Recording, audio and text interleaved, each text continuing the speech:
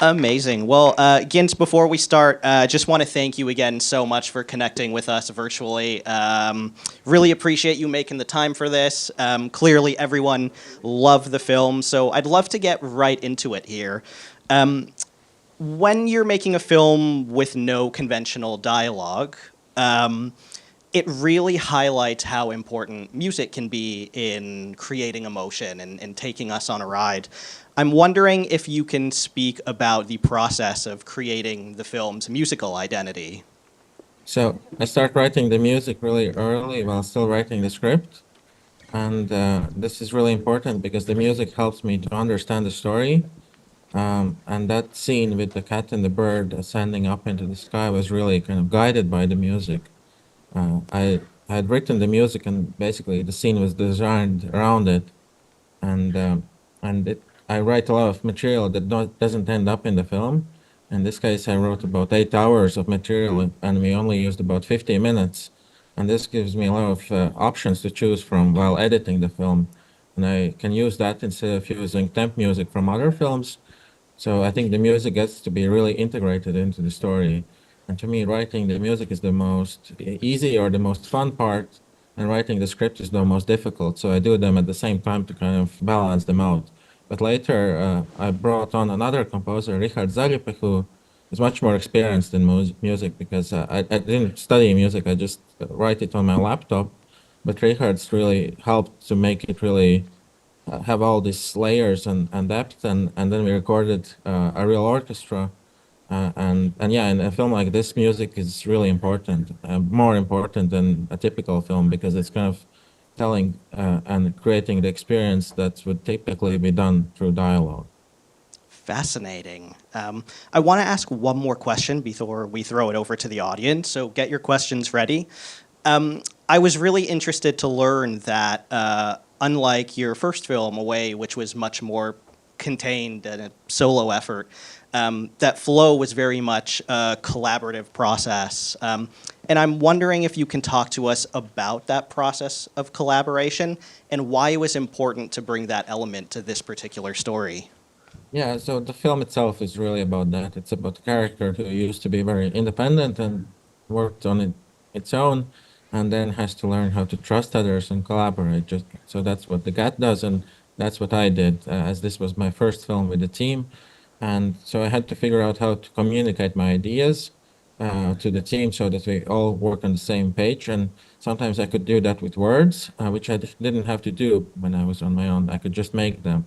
But sometimes these things are impossible to explain with words, so I would just sketch out something, whether it's an image or a model. But sometimes it's music, and the music kind of helped to convey what the idea is. And so we had the script, but the script was only used by me and for the funding purposes. But during production, I would show everyone the animatic which I'd done, which was like a rough edit of the film, which I think conveyed the emotion a lot more clearly than the script did. Yeah, well, I'd love to turn it over to the audience now. We do have volunteers with microphones. How about right here in the front? Hi, my name's Teo. My friends and I are here. We're students from OCAD, and we're studying animation, specifically 3D Blender animation. And we were curious because for us, this incredible film is the first time that we've seen something that's so like independent become mainstream and get so many awards, and it's really inspiring. So we were wondering if you could tell us a bit about the process of getting it produced and getting it, sent to all these film festivals, and how you just made it go from something that was so independent to something so much bigger. Yeah, so it was produced by 3 countries and 3 production companies. Our studio in Latvia, Dreamwell, where we did pretty much everything except the character animation and sound, and those were done in France and Belgium. The whole process was 5 years, and during that time, it includes the writing, the development, establishing the studio, but the actual production was pretty quick. It was less than a year.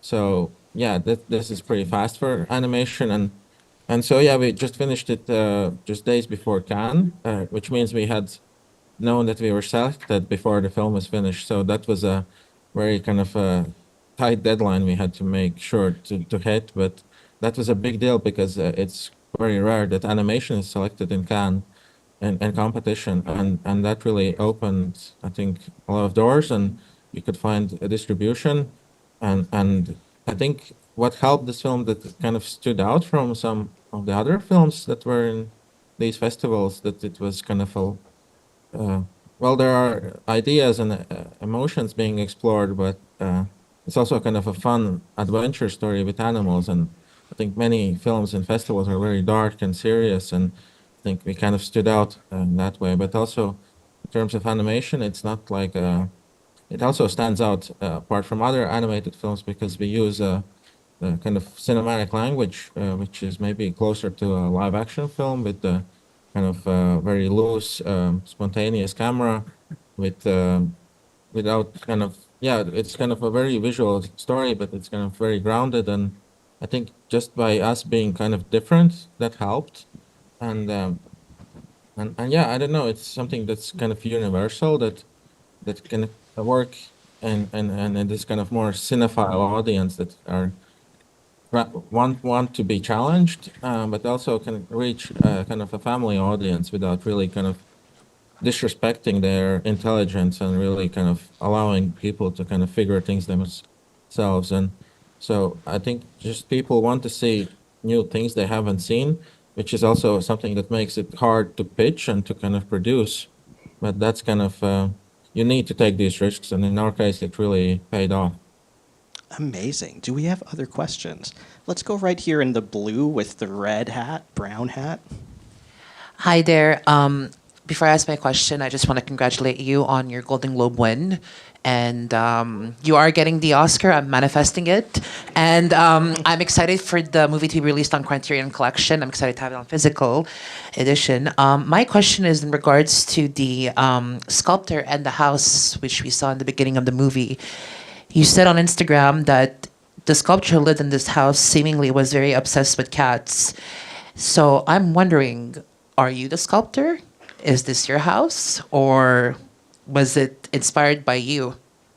It wasn't something that I thought about while making the film, but I did draw this connection after kind of, yeah, it was made that, the sculptor is obsessed about cats, and I was obsessed about cats for 5 years. So, but yeah, I'm also the cat, and I'm also every one of these characters. So just like with, as an actor needs to kind of find something to connect with, even if they're playing an antagonist, So anyway, like I relate with all of the characters, the cat, the bird, the everyone. So just like any actor playing a character, even if they're not sympathetic, I think you need to find something to connect with.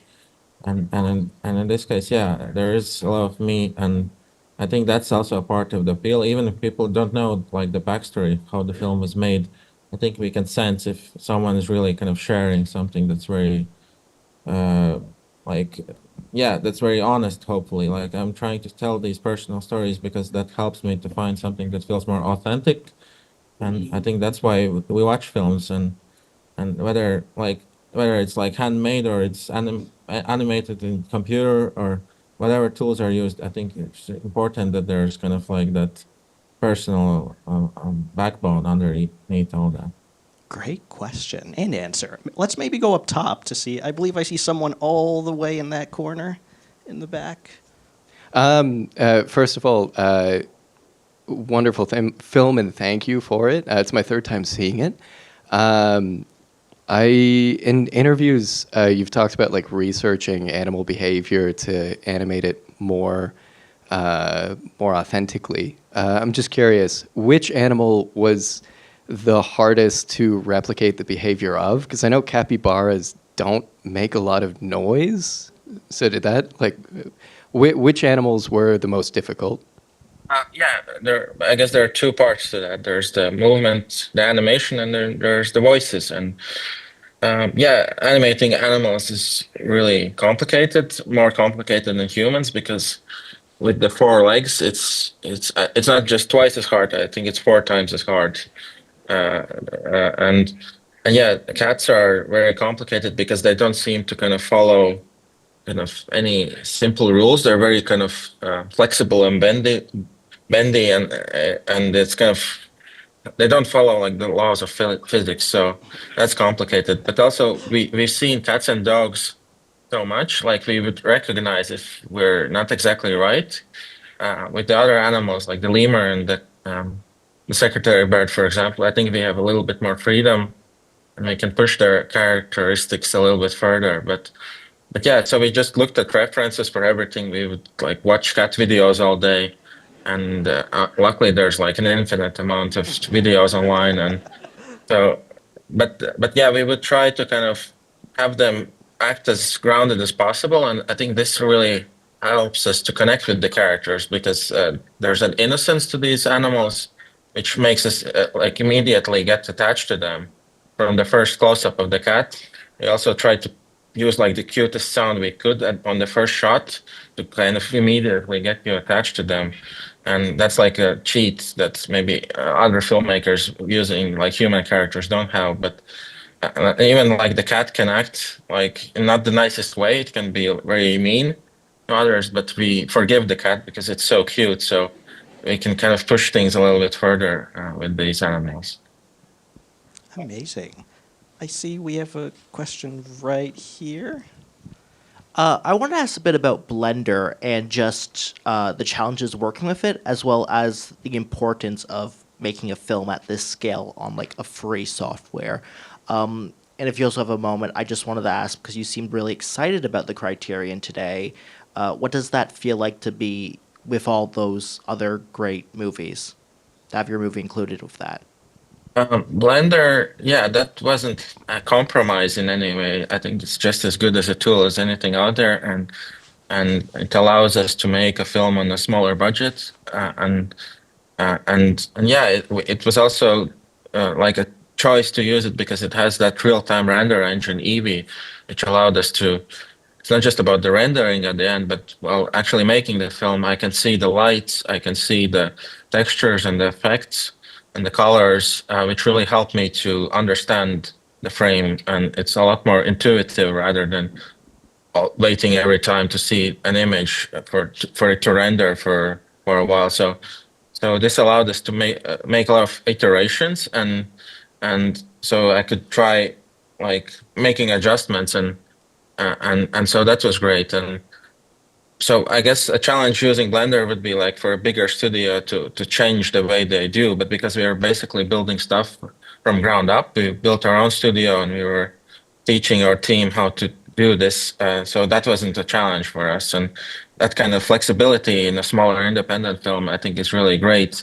Not just in terms of the technology, but also of creativity and anything. You can make quick decisions, and we were not trying to copy what maybe some of the bigger studios do. We were trying to find our own way, which made sense in this case. And so that's the answer about the Blender. And Criterion, yeah, we just announced today that we're going to get a release in 4K, and this is really amazing because like I really care about like you get the best bitrate, you get all the best behind the scenes, and we're gonna get like some exclusive stuff we're gonna do. But yeah, it's just I learned by watching like Blu-rays and DVDs and DVD commentaries, and so I didn't go to a film school.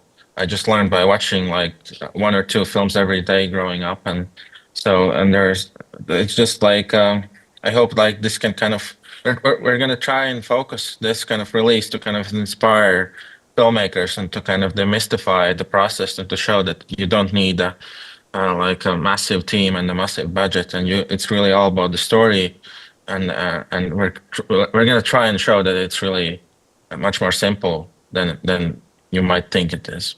Great. I believe we have time for one more question. Could we go right here in the glasses? I guess.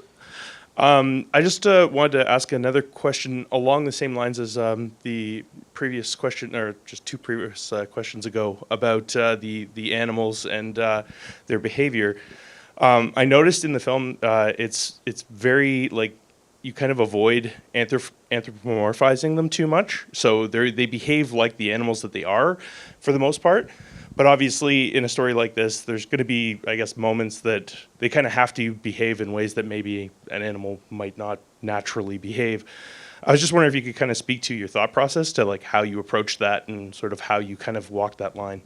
There wasn't any like rules we set for ourselves. It was a very intuitive process, and we tried to make them believable and grounded as possible. But also we're not making a documentary. We are studying real life, but we are interpreting it. And the animators are putting their own experiences and emotions within these characters. But I think what we ended up doing is kind of starting in a very grounded way, and the cat is very much a cat. But then gradually it happens that they become a little bit more kind of thoughtful and kind of like that. It was important for the storytelling purposes that these characters make decisions, and through their decisions we understand who they are, because we can't have them talking about things. So it's really about whether to steer the boat this way or that way, or whether to let these characters in or not. And I wanted these decisions to be very complicated, and they're maybe both are wrong or both are right. And that was important, that we had them be able to steer the boat. And then we kind of go even further and kind of get detached from reality and go into kind of a magical realism direction where I'm not really concerned about logic anymore. It's really just about pure emotion, and it's about the experience. So, but I think because this is a very gradual shift where we get to understand them as real animals, it becomes like we accept that and we suspend our disbelief, and if we are connected with the characters, we will, follow them. Amazing. Well, that brings us to the end of our Q&A. Gints, thank you so much for chatting with us. Congratulations on the success of the film, and we look forward to your next work. Thank you so much. I'm sorry I couldn't be there, but I have to catch a flight now. I'm in the airport, and I wish I can come back to Toronto soon.